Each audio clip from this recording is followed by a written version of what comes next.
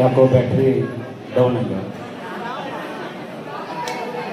ಓಂ ಸದಾಶಿವ ಮಾಧ್ಯಮವಾಗಿ ನಮಃ ಶರಣುಗಳನ್ನು ಹೇಳ್ತಾ, ಅದೇ ರೀತಿಯಾಗಿ ನಮ್ಮ ಗೋಕಾಕದ ಶ್ರೀ ಶೂನ್ಯ ಸಂಪಾದನಾ ಮಠದ ಪರಮ ಪೂಜ್ಯ ಶ್ರೀ ಗುರುಬಸವ ದೇವರಲ್ಲಿ ಕೂಡ ಶರಣಾರ್ಥಿಗಳನ್ನು ಸಲ್ಲಿಸ್ತಾ, ಅದೇ ರೀತಿಯಾಗಿ ಇನ್ನೋರ್ವ ಪೂಜ್ಯರಿದ್ದಾರೆ ಅವರಲ್ಲಿ ಕೂಡ ಶರಣುಗಳನ್ನು ಹೇಳ್ತಾ, ಇನ್ನೊಬ್ರು ಯಾರಪ್ಪ ಅಮ್ಮಾರವ್ರು ಯಾರು ಇವರು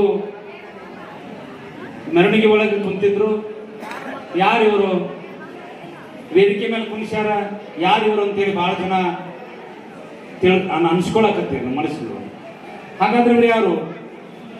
ಇವರು ಅನೇಕರಿಗೆ ಸಾಕ್ಷಾತ್ ಉದ್ದಮ ತಾಯಿಯ ತದ್ರೂಪವಾಗಿ ಅನೇಕರನ್ನ ಉದ್ಧಾರ ಮಾಡಿದಂತ ಮಹಾತಾಯಿಯವರು. ಜೊತೆಗೆ ಅನೇಕ ಪವಾಡಗಳನ್ನು ಮಾಡಿದ್ದಾರೆ. ಅನೇಕ ಕಲಾವಿದರಿಗೆ ಗೊತ್ತು.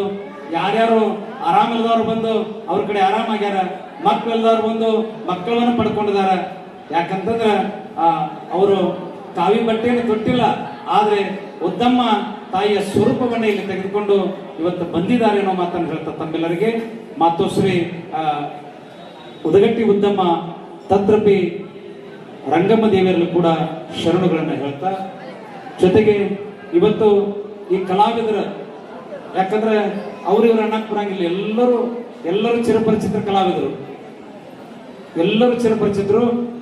ಈ ಎಲ್ಲ ಕಲಾವಿದರಲ್ಲಿ ಜೊತೆಗೆ ನಮ್ಮ ಈ ಭಾಗದ ಹಿರಿಯರಾದ ಶರಣರಾದಂಥ ಸರ್ವೋತ್ತಮ್ ಜಾರಕಿಹೊಳಿ ಅವರಲ್ಲಿ, ಜೊತೆಗೆ ಅಶೋಕಣ್ಣ ಪೂಜಾರಿ ಅವರಲ್ಲಿ, ಜೊತೆಗೆ ಯಾವ್ಯಾವ ಊರಿಂದ ಬಂದಿರಿ ಗೊತ್ತಿಲ್ಲ ನೀವು. ಯಾಕೆ ನೀವೆಲ್ಲರೂ ಬಂದಿರಿ ಅಂದ್ರೆ, ಪ್ರತಿ ವರ್ಷ ಯಾಕೆ ಬರ್ತೀರಿ ಅಂತಂದ್ರೆ, ಗುರು ಸಾಕ್ಷಾತ್ ಪರಬ್ರಹ್ಮ. ಇಲ್ಲಿ ಪರಬ್ರಹ್ಮ ಯಾರು? ಪರಬ್ರಹ್ಮ ಸ್ವರೂಪ ಯಾರು ಅಂತಂದ್ರೆ ಹಾನಗಲ್ಲ ಗುರು ಕುಮಾರ ಶಿವಯೋಗಿಗಳು ಪರಬ್ರಹ್ಮ ಸ್ವರೂಪ. ನೆನಪಿಟ್ಟು ಯಾಕೆ ಅವರಿಗೆ ಪರಬ್ರಹ್ಮ ಸ್ವರೂಪ ಅಂತೀವಿ ಅಂತಂದ್ರೆ, ಇವತ್ತು ನಮಗೆ ಗುರು ಬ್ರಹ್ಮ ಸ್ವರೂಪದಲ್ಲಿ ಪಂಚಾಕ್ಷರಿ ಗವಾಯಿಗಳು ನಮಗೆ ಸಿಗುತ್ತಾರೆ ಅಂತಂದ್ರೆ, ಇವತ್ತು ಗುರು ವಿಷ್ಣುವಿನ ಸ್ವರೂಪದಲ್ಲಿ ಪುಟ್ಟರಾಜ ಗವಾಯಿಗಳು ಸಿಗ್ತಾರೆ ಅಂತಂದ್ರೆ, ಗುರು ಮಹೇಶ್ವರನ ಸ್ವರೂಪದಲ್ಲಿ ಕಲ್ಲಯ್ಯಜ್ಜವರು ನಮಗೆ ದೊರಕ್ತಾರೆ ಅಂತಂದ್ರೆ, ಇದಕ್ಕೆಲ್ಲರಿಗೂ ಕಾರಣ ಹಾನಗಲ್ಲ ಗುರು ಕುಮಾರ ಶಿವಯೋಗಿಗಳು ಅನ್ನೋದನ್ನ ನಾವೆಲ್ಲ ನೆನಪಿಟ್ಟುಕೊಳ್ಬೇಕಾಗ್ತದೆ. ಕುಮಾರ ಶಿವಯೋಗಿಗಳು ಹಳ್ಳಿಗೆ ಪ್ರವಚನಕ್ಕೆ ಹೋಗಿದ್ರು. ಕಾರಶೆಟ್ಟಿ ಹಳ್ಳಿ ಅಂತೇಳಿ ಪ್ರವಚನಕ್ಕೆ ಹೋಗಿದ್ರು. ಪ್ರವಚನಕ್ಕೆ ಹೋದಂತಹ ಸಂದರ್ಭದೊಳಗ ಅಲ್ಲಿ ಜಂಗಮ 2 ಮಕ್ಕಳಿದ್ದು, ಒಬ್ಬ ಗುರುಬಸಯ್ಯ, ಇನ್ನೊಬ್ಬ ಗದಗಯ್ಯ. ಅವರ ತಂದೆ ತಾಯಿ ಬಂದ್ರು, ಯಪ್ಪ ನಾವ್ ಹೆಂಗ್ ಮಾಡ್ಬೇಕು, ಯಪ್ಪ ನಿಮ್ಮ ಪಾದದೊಳಗ ನಮ್ಮ ಮಕ್ಕಳನ್ನ ಉಳಿ ಒಳಗೆ ಹಾಕ್ತಿವಿ, ಹೆಂಗ್ ಮಾಡ್ಬೇಕಪ್ಪ, ಇವ್ರನ್ನ ಮುಂದಿನ ಜೀವನ ಹೆಂಗ ಅಂತೇಳಿ ಯಾರ ಪಾದಕ್ಕೆ ಬಿದ್ರು? ಕುಮಾರ ಶಿವಯೋಗಿಗಳ ಪಾದಕ್ಕೆ ಬಿದ್ರು.